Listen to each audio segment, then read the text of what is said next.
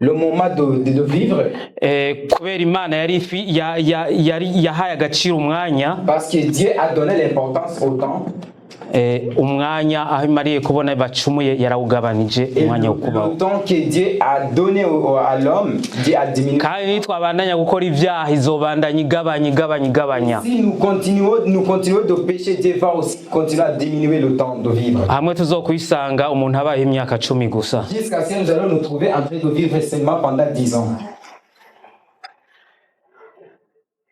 Kandi Imana yarahaye agaciro aho yashize umuntu, adresse y'umuntu. Et aussi Dieu a donné l'importance à l'adresse de l'homme. Nukuvuga umwanya, ça veut dire le temps, n'igihe n'ahantu, même l'endroit. Turabona yuko et nous voyons que Dieu, après avoir créé l'homme, il les a mis dans le jardin d'Éden. Mwene data, bien-aimé, nkuko Imana yahaye agaciro umwanya, tout comme Dieu a donné l'importance au temps, ikongera igaha agaciro naho umuntu aba nukuvuga adresse, et aussi Dieu aussi étant donné l'importance à l'adresse. Mwene data, bien-aimé, nawe ukwiye kubiha agaciro. Toi aussi tu dois donner l'importance à ces deux choses. Ugire adresse, il faut que tu ailles l'adresse kubw'Imana, grâce à Dieu. Nukuvuga aho Imana izozi kuronderera, ça veut dire que l'endroit où Dieu va te trouver. Kandi ugire n'umwanya wihariye, umwanya wa overtime imbere y'Imana. Et que tu ailles aussi l'overtime devant Dieu. Nukuvuga ngo ivyo dukora ngaha, ça veut dire que tout ce que ibikoreka ngaha, tout ce qui sont faits ici, ce sont comme l'ombre. C'est comme l'ombre de ceux qui seront faits au ciel. Ndabaha rero agaciro k'umwanya ukuntu umwanya naho wofata mu bugingo bwo muri iki gihe. Alors je vous montre l'importance de temps que nous devons vivre à ce moment-ci. Abagenda gukora barabizi. Les travailleurs le savent. Nukuvuga utegerezwa kugenda ugashika kare. Ça veut dire que tu dois arriver au temps. Kandi ukajana na discipline yaho hantu. Et que tu sois discipliné envers l'endroit. Kandi iyo ukoze ukarenza umwanya bari barakugeneye aya masaha 8 tuvuge. Et en plus quand tu travailles tu dépasses le temps de 8 heures qu'on t'a donné. Ukagira overtime. Et si tu ailles l'overtime, nukuvuga ajya masaha yandarengako. Ça veut dire que les heures qui dépassent, qui sont été dépassées, mukuguhemba baguhemba kwanza baguhemba rimwe n'inusu, nukuvuga baca bongera ko inusu birenze ko na yandi yiwawe. Ça veut dire qu'on va te donner comme salaire 1,5. Cyandi makompanyi usanga bagira inshuro zibiri umushahara wawe ukagwizwa kabiri. Il y a aussi d'autres compagnies qui donnent le double de salaire. Rero biboneka yuko niba ndabisiguye muri twebwe mu bikorwa byacu byo ngaha dukorera Imana, ce qui signifie que dans nos œuvres qu'on fait ici dans le temple, niba uje gusenga uno munsi ukaza dimanche, si vous êtes venu ici prier ce dimanche, ongera ko overtime y'imuhiri wawe ingene ushobora kwiherera n'Imana, kandi ivyo bintu ubihe discipline. Que tu ailles aussi les heures de plus chez toi de prier et d'avoir la discipline aussi. Turaza gusenga n'ivyo tukabonana n'Imana. Oui, nous venons ici, c'est vrai, nous venons ici, nous prions et nous rencontrons avec Dieu. Mugabo tugiye kugira overtime mu gikorwa c'Imana. Mais nous devons cyangwa tubonana n'Imana. Des heures de plus avec notre Dieu en cachette. Nkuko abisi bahemba. Tout comme les mondains payent. Imana izobiguhembera mu gihe c'ubugingo no mu gihe kizoza. Et Dieu aussi va te le payer en étant vivant et aussi dans les prochains jours. Nibitabiguhaye mu buryo buboneka bw'amafaranga, hariho amafaveri izokugirira kubera wayigiriye overtime. Si Dieu ne te le donne pas dans une manière palpable ou visible, Dieu il va aussi te le donner dans les heures de plus. izoguhemba kuco wakoze kandi yongereko n'ibindi abandi badafise. Il va te le payer de manière que tu as fait ou bien que tu as travaillé, et aussi même pour les autres qui n'ont pas. Narabonye abantu baje gukora mu makompanyi. J'ai déjà vu les hommes qui travaillent dans les compagnies. Yaba batabarimita ngo nimugarukire ku masaha 18 yose hamwe. Si on ne devrait pas les limiter, de les donner les 14 heures ensemble. Bo havuye bakora amasaha 20 kuri 28. Ils allaient travailler les 28 heures. Kubera ajya amasaha 8 Parce que les 8 heures là, zimaze guhera, après avoir passé les 8 heures, acagira ati ahubwo ngira yandi 8 kugira nzogwirizwe na kabiri umushahara mfise. lui saute d'office. N'Imana nuko nyene. Même Dieu c'est comme ça, c'est pareil. Niba wowe uje gusenga tuvuge nk'amasengesho yoruganijwe na eglise canke ibindi mugabo wewe ubwawe ukigirira amasengesho y'umwihariko, please ugira amasengesho mu Mana canke please utanga ujya mwana imbere y'Imana, please n'Imana nayo igumi guhishurira ayandi mabanga utazi. Si tu es venu ici prier dans des programmes de l'église, mais tu as encore aussi des heures de plus de toi avec Dieu, Dieu aussi va te donner une autre grâce. Umwanya rero wihariye w'umwihariko mu Mana. Alors un bon moment que tu dois avoir avec Dieu, n'umwanya wewe ubwawe kiretse tuvuge nk'ibi n'umwanya wewe urenza kugira uti jewe ndafise iki kintu Mana ngomba gutorera umuti. Ce sont des heures que toi tu ailles de plus, que tu dises Dieu, je vais trouver des réponses avec son temps. Hariho n'abaheba itiro ryabo bakagira bati je ndashizemo ararume ngomba yuko saa 9 z'ijoro canke saa 8 z'ijoro mvyuka ngasenga Imana nkamara amasaha 2 ndiko senga Imana. Il y a même des autres qui mettent des alarmes dans leur téléphone qui se disent je vais me réveiller à 3 heures du matin pour passer 2 heures au moins en faisant une prière et de parler avec Dieu. Kandi ukabiha discipline. Et tu te disciplines aussi. Rero turaza gusoma ijambo ry'Imana. Hariho rero akamaro, niko ngomba kubereka akamaro k'umuntu atanze umwanya wiwe, ibanga aronka iyo atanze umwanya wiwe mu Mana. Je vais vous montrer comment quelqu'un peut trouver l'importance et le secret quand il se donne du temps avec son Dieu. Mwitanguriro, nous allons commencer par la Genèse. 31. Genèse chapitre 31. kuva kuri 6 gushika kuri 7. Verset 5 et jusqu'à verset 7. Wahabonye dusomere. Celui qui a déjà trouvé, il peut nous lire. 31 kaduhere ku murongo wa 6.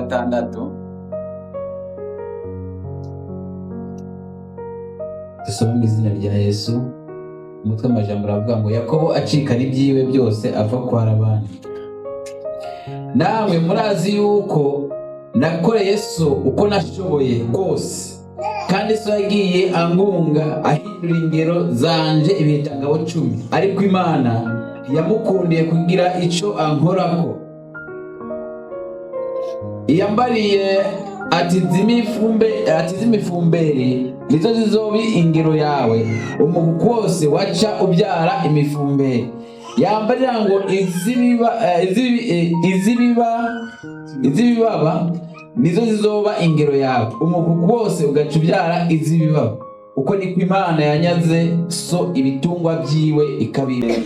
Kuko tugomba kuraba amateka yahindutse ya Yakobo igihe yakoreye abantu n'igihe yakoreye Imana. Parce que nous allons voir le changement de l'histoire de Jacob lorsqu'il servit les hommes et au moment où il servit Dieu.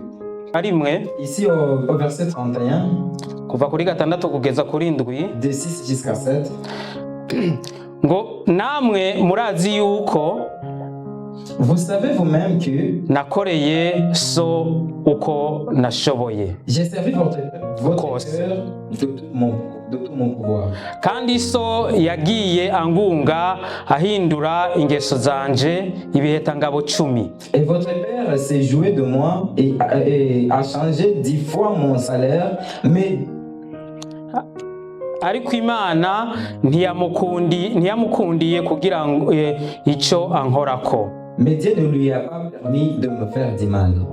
Aha rero Yakobo nari nababwiye yuko iyo ufashe umwanya ukiherera Imana iguhindurira amateka nkuko yahinduriye Yakobo. Ici nous allons trouver que si tu prends ton temps et de t'approcher avec Dieu, Dieu va changer ton histoire comme il a fait chez Jacob. iguhindurira n'amazina. Et il va aussi changer tes noms.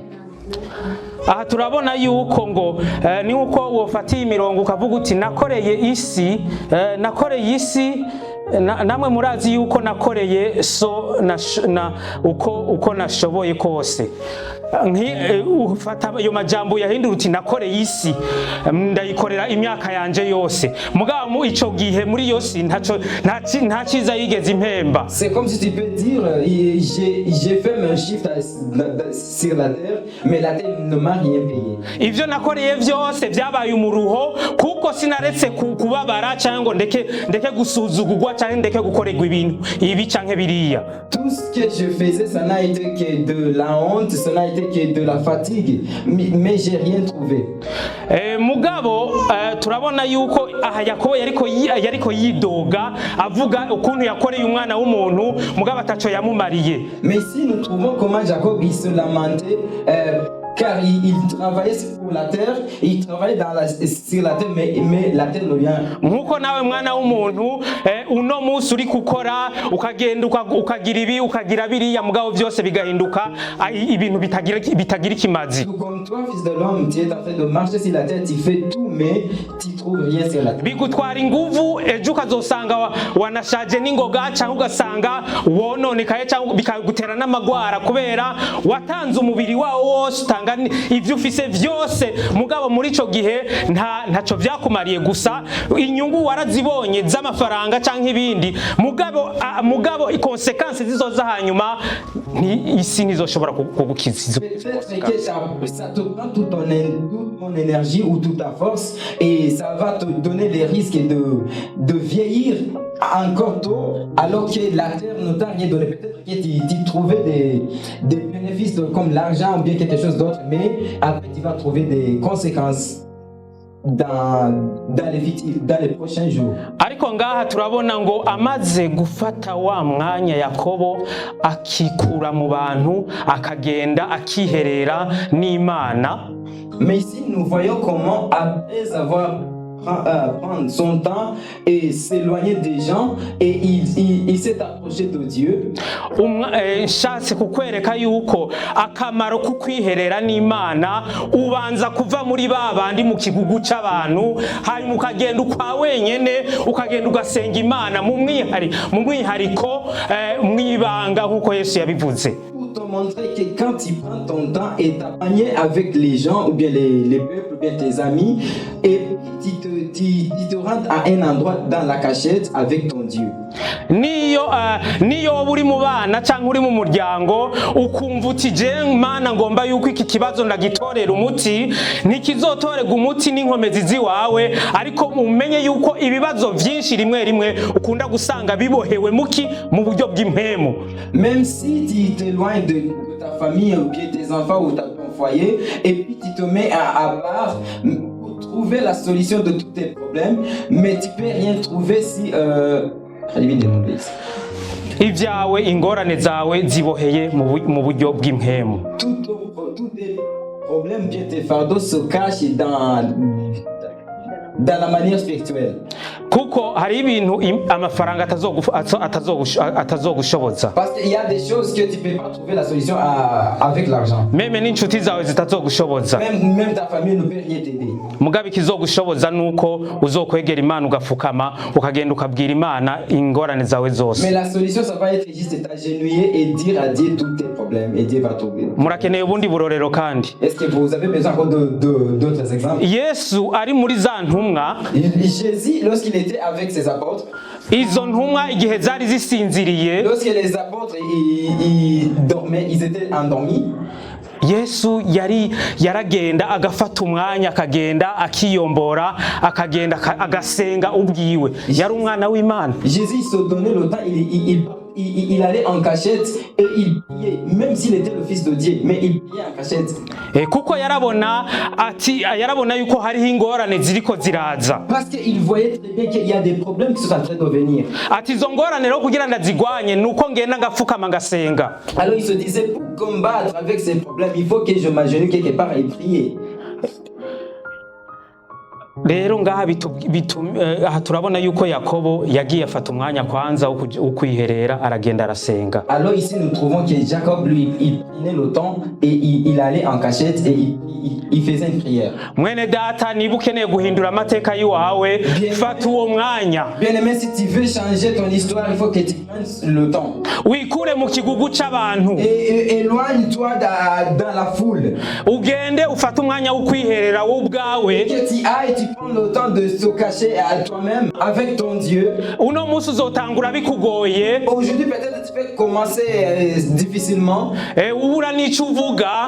Même si peut-être tu peux manquer même des paroles. Peut-être ugenda indirimbo arizo zigufasha. Peut-être que ce sont des chansons qui vont t'aider. Mugabo niyo wabigira akamenyero imisi yose uvuga uti si tu t'habitues avec ça tous les jours. Ati jewe aya masaha ndayahebeye Imana. Disant que 16 heures, si je donne 16 heures à Dieu. Naho rimwe usanga ukunda gusanga bigorana kubera uba ufise amarandevu. Même si parfois ça devient difficile à cause de nos rendez-vous. Ufise ayo marandevu uramplace n'undi mwanya mugabo Imana ibone yuko wayihaye uwo mwanya buri munsi ku munsi, umwanya atari uwo kuza ngaha kuri eglise gusa mugabo umwanya wironderera ushitse hari imuhira. Avec ce rendez-vous là, il faut remplacer les heures avec d'autres heures, mais il faut que tu ailles pour que tu puisses avoir toujours le temps de toi avec ton Dieu. Aha rero turabona iri jambo ryiza. Ici nous voyons alors cette bonne parole. Mu kamaro ku kwiherera. Dans l'importance de se mettre en cachette. Ibanga ryavuyemo kuri Yakobo. Le secret que Jacob a trouvé. Nuko Imana yamuhinduriye izina. C'est que Dieu lui a changé le nom. Kuko icyo gihe ngo Yakobo byasigura yuko ari umubeshi. Parce que Jacob ça signifiait un menteur. Acharavuga ati iryo zina si ryiza. Et lui-même il a dit son nom c'est pas un bon nom. Niho rero yafata uwo mumarayika. Et c'est par là qu'il a pris l'ange de Dieu. Ngo baranigana burinda buca. Ils se sont combattus à la levée du soleil. Rero nawe mwene data sinzi ivyo muri komunigano no musi kuri no musi. Et toi bien-aimé, je ne sais pas si tu es en train de combattre. Bukarinda buca. Jusqu'à l'aube. Rero gumiza uko nyene mpaka uhinduriwe izina. Alors demeure dans ces choses, dans cette combat jusqu'à ce que ton nom va être changé. Mpaka uhinduriwe amateka. Jusqu'à ce que ton histoire va être changée. Kuko Yesu yaravuze ngo ivyimburwa ni vyinshi. Parce que Dieu, Jésus lui-même il a dit que les récoltes sont nombreuses. Ngo abimbuzi mugabo ngo ni bake. Mais des serviteurs sont très peu. Kugira ubumwimbuzi nuko ubuzi kwimbura. Pour devenir un serviteur du champ, il faut que tu sois, il faut que tu ailles de l'expérience de cultiver. Kandi kuzokwimbura ntuzogenda utwaye inkomezi ziwawe. Et pour avoir la semence, tu peux pas aller avec ta force. Aha ni ibanga rero ry'umuyinginga uyisenga niho ribonekera. Et c'est par là où on trouve le secret de donner l'importance de te cacher toi avec Dieu. Imana izobigukorera. Dieu va le faire tout ça pour toi. Imana izogushirako faveur n'abantu. Dieu va te donner la faveur avec les gens. Imana izogusuka kwa amavuta adasanzwe. Dieu va te donner de l'onction. Kubera yuko wafashe uwo mwanya wahereje Imana. Parce que tu as pris le temps et tu as donné le temps à Dieu. Kandi uzohindura n'amateka yiwawe. Et Dieu va aussi changer ton histoire. Imana izokubahisha wewe ivyo utazi. Dieu va te donner même une grande honneur.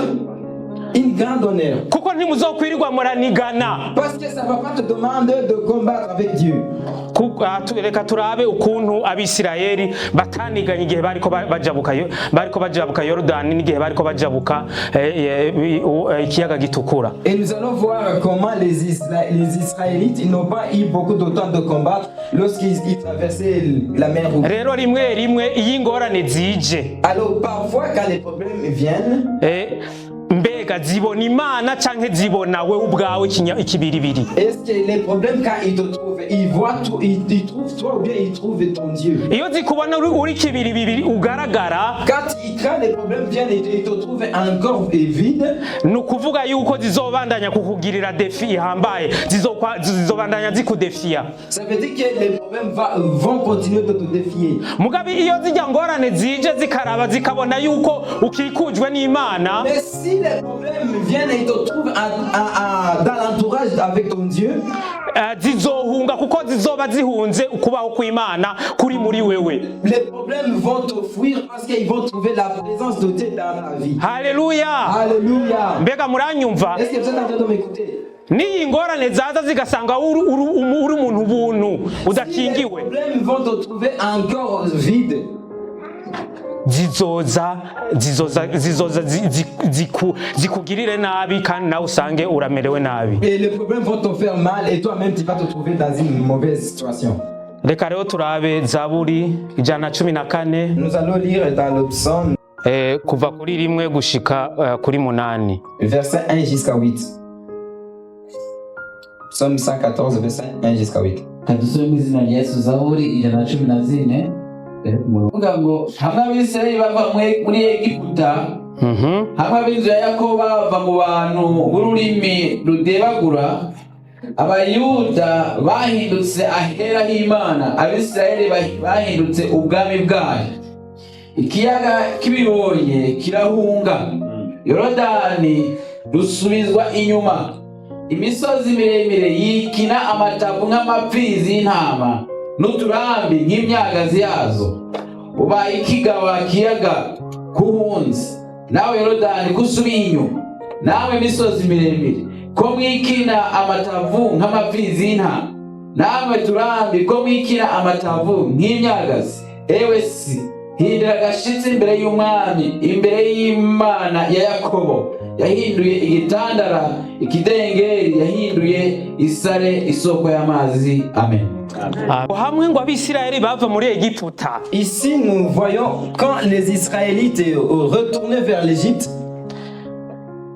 Muravye ivy'abisirayeli ngene kugira bave muri Egiputa ingene vyagenze. tout comme vous savez l'histoire, comment était le passé des Israélites. Iyaba Imana itari yaragize intervention kuri bo, Si Dieu n'allait pas intervenir pour eux, ntaco bari gushikako. ils n'allaient rien trouver. Bari kuguma muki mu butumwa bwabo. Ils allaient rester dans l'esclavage. Mbega mwene data ugomba kuguma mu butumwa bwabo, Est-ce ubutumwa que bwa toi aussi tu Satani. veux rester dans l'esclavagisme de Satan? Oya sindavyibaza kuko waje ngaha kugira ngo uhindure amateka yawe. Je n'en pense pas parce que je pense que tu es venu ici pour changer ton histoire. Ngo hamwe abisirayeli ngo bava muri Egiputa, Et ça dit que quand l'Israël sortit de l'Égypte, ngo abayuda bahindutse ahera h'Imana. Juda devint son sanctuaire. Abisirayeli bahindutse ubwami bwabo. Et l'Israël fit son domaine. Nukuvuga ngo abisirayeli Ça veut dire que les Israélites, kubwa protection y'Imana, grâce à la protection de ukingirwa n'Imana, grâce à la protection divine, ngo bahindutse ubwami bwayo. et ils sont devenus le sanctuaire de Dieu. Niyo waha umwanya wawe Si tu donnes ton temps, ukawuha Imana ku vy'umwihariko, et tu donnes ton temps à l'Éternel, Imana nayo izoguhindura ubwami bwayo. Dieu aussi va te faire son sanctuaire. Ngo muri ico igihe bamaze icyagiye kuba mu nyuma, bamaze kuba ubwami bwabo, ubwami bw'Imana bumaze kuba muri bo, rabi cyakurikiye. Nous allons voir la suite après qu'ils se sont devenus le sanctuaire de Dieu. Ngo ikiyaga ngo kibibonye ngo kirahunga. Même la mer vit et s'enfuit. Yorodani rusubizwa inyuma. Et le Jourdain retourna en arrière. Mbega byabaye ku bw'Abisirayeli gusa kubera bari Abisirayeli gusa?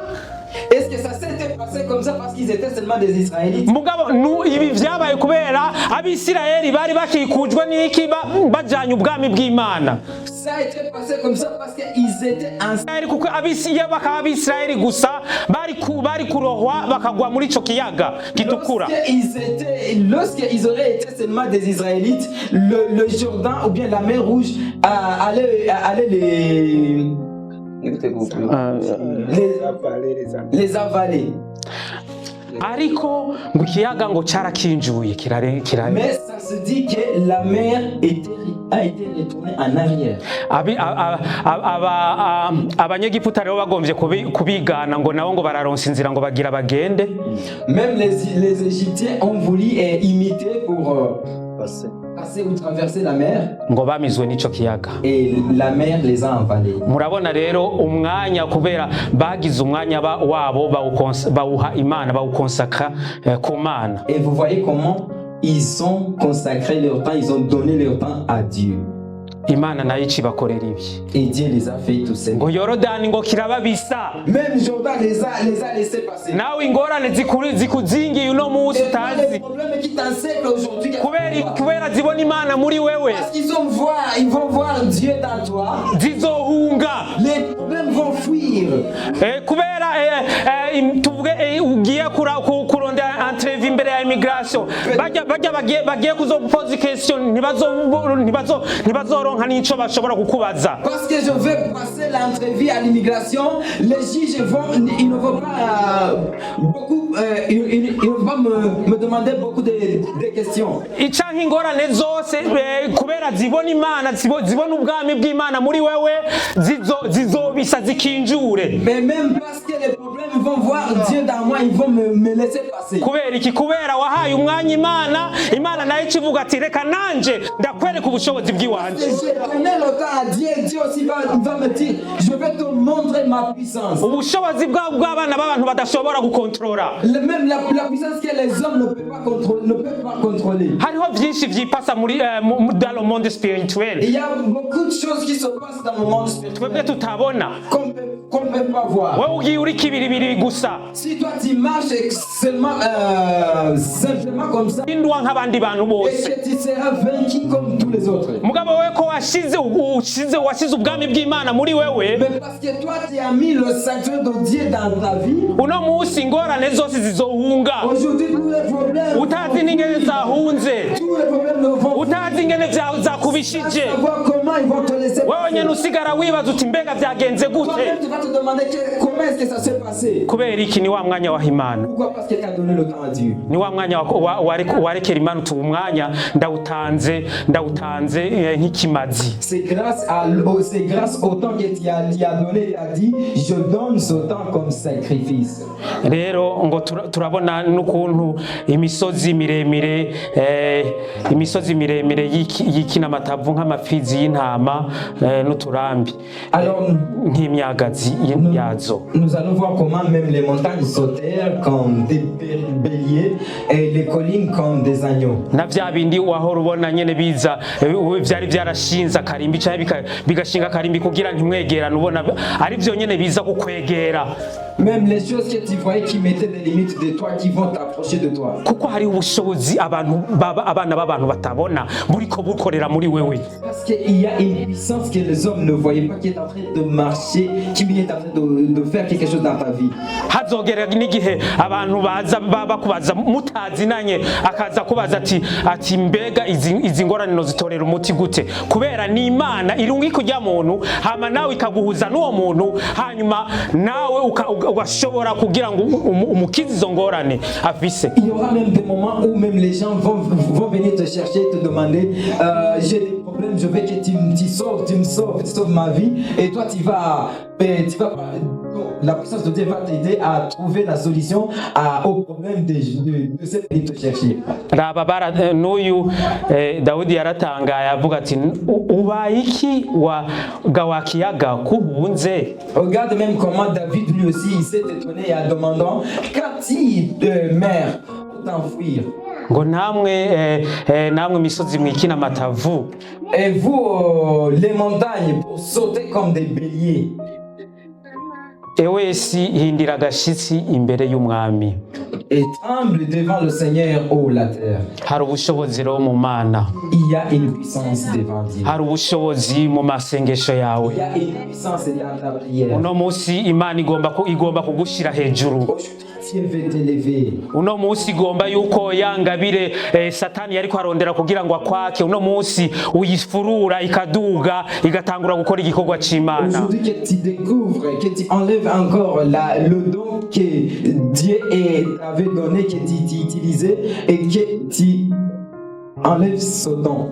Bene data uno munsi twarakiriye agakiza. Les bien-aimés, aujourd'hui nous avons déjà eu le salut. Umuririmbyi niwe yaririmbye ngo ko wakiriye agakiza ngo ntiwigunganire kw'ivyo yagukoreye. Le chanteur a chanté en disant bien-aimé, tout comme tu as déjà reçu le salut, que tu ne gardes pas en cachette ce que Dieu t'a déjà donné. Genda ubibwira abandi. Il faut que tu ailles évangéliser ou parler aux autres. Iyo tuje ngaha si ukuvuga ngo tuba tuje kumvira ijambo ry'Imana gusa. Quand on vient ici, nous ne sommes pas ici juste pour écouter seulement la parole. Tuba tuje no gukora igikorwa c'Imana. Nous venons aussi pour servir l'Éternel. Nico gituma barya abantu uzosanga baguma mu mihira yabo bararonse mugabo barigungiye kw'ivyo Imana yabahaye.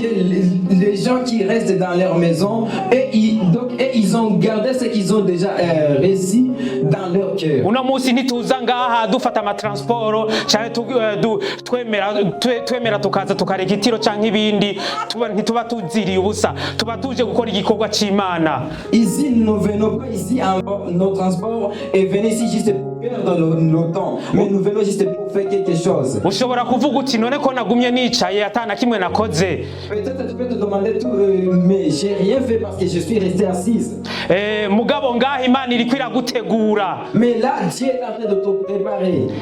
Izogutegura uri ngaha wicaye ngaha imbere yayo waretse umwanya wawe ukaza ngaha. Il va te préparer lorsque tu seras devant Dieu, lorsque tu seras ici dans l'église, dans cette chaise-là, lorsque tu vas laisser ou bien tu vas perdre ton temps et en venant dans le temple de Dieu. Ntibitangaje wewe uboneka yuko peut-être wicaye ataco utaje kuririmba cyangwa ntibitangaje yuko tuzokubona ejo ari uzuhagarara ngaha uzutubwira ivyo mwavuganye n'Imana. Ça ne sera pas étonnant parce que de te voir demain en train de prêcher, de nous dire ce que Dieu t'a déjà donné parce que Dieu est en train de te préparer. Kubera umwanya watanze Imana yawubonye. Parce que Dieu a déjà vu le temps qu'il t'a donné. Kandi izoguhembera muri ubu bugingo n'ubugingo buzoza. Et il va te le payer maintenant et dans les prochains jours. Rero mwene data bandanya ugumirize kuri ako kariro nyene. Alors bien aimé, continuez comme ça et il faut continuer avec le même feu. Ntureke kuza mu nzu y'Imana. N'abandonnez pas de venir dans le temple. Turabona yuko Dawidi hageze igihe aravuga ati ndanezerwa iyo nje mu ngoro y'Imana. Nous voyons comment David a dit que je suis heureux à chaque temps quand je viens dans l'église de Dieu. Iyo muhemu yakorera muri Dawidi niye ikorera muri wowe uno munsi. Et c'est le même esprit qui fonctionnait dans David qui est en train de fonctionner dans David. Wari ukwiye kunezerwa nuko washoboye gushika mu rusengero rw'Imana. Tu devrais réjouir aussi parce que tu es venu dans le temple. Ikindi cyose kiza kikubwira ibitandukanye n'ivyo. Et toute chose qui te dit, qui te parle le contraire, gishire ku ruhande. Mets-les à côté. Kiva kuri wa musukanyi. Parce que ça devient envers l'ennemi. Kuko azi yuko azokugumiza hariya kugira ngo ushobore ugende ashobore kudomina ujya mwanya wawe. Parce que lui il sait très bien que lui va te dominer ton temps. Rero mwene data uno munsi tanga uwo mwanya wawe. Kora overtime mu bwami bw'Imana. Imana nayo izoshobora kuguhemba. Izoguhemba double. Nukuvuga izoguhemba kuba waje ngaha mu bwami bwayo. Hama yongera iguhembe n'ivyo wakoreye n'uwo mwanya washoboye gutanga ukawusacrifier imbere y'Imana. Il va te payer aussi pour le temps qu'il t'a donné et pour te sacrifier pour le royaume de Dieu. Rero abumvise aya majambo y'Imana, alors tous ceux qui ont écouté la parole de Dieu, nahari make nari kuvuga byinshi ifise imirongo ishika 20 même si c'est peu, j'avais aussi d'autres versets que j'allais nari kubereka que j'allais vous montrer ijanye n'umwanya akamaro k'umwanya utanga imbere y'Imana, de l'importance de donner le temps devant Dieu. Mugabo ngarukirije ngaha, je mets mon point ici, nzobandanya igihe Imana niyo yavyemera yuko ndonka umwanya wo kuza kwigisha.